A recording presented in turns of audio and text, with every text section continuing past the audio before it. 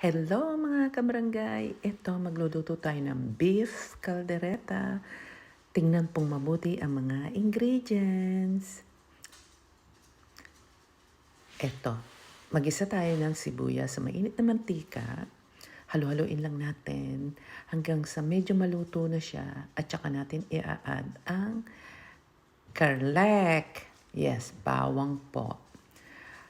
At ayan, haluin natin. Then ilalagay na rin natin ang paminta diyaan. Ang paminta, black ground pepper. Para ma-infuse ang lasa ng paminta. At lalagyan na rin natin siya ng dry bay leaves or laurel. Ayan po. At ayan, ilalagay na rin natin ang marinated na beef. I use beef brisket sa soy sauce at paminta. So ayan, ilalagay ko na rin yung kalahati ng red bell pepper na hiniwa ko para magbigay siya ng nice flavor, good flavor pag natunaw siya. Ayan, hayaan lang natin kumatas. Ayan, pinaghirapan niyang katas.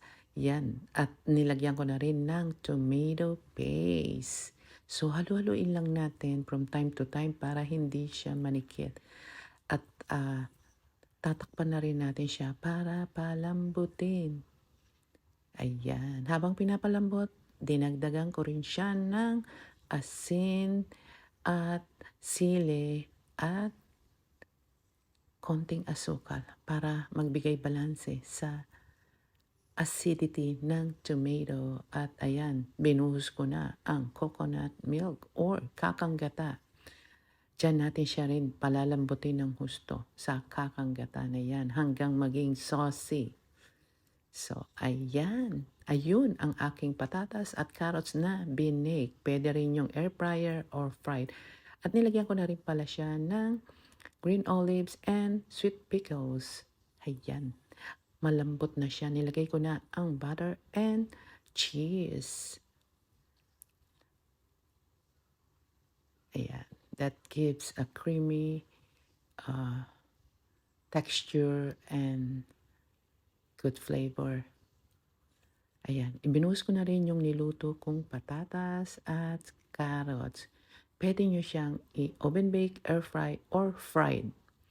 And here you go.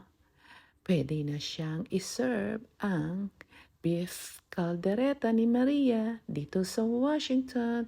Here you go. Ang aking famous beef caldereta. Ciao!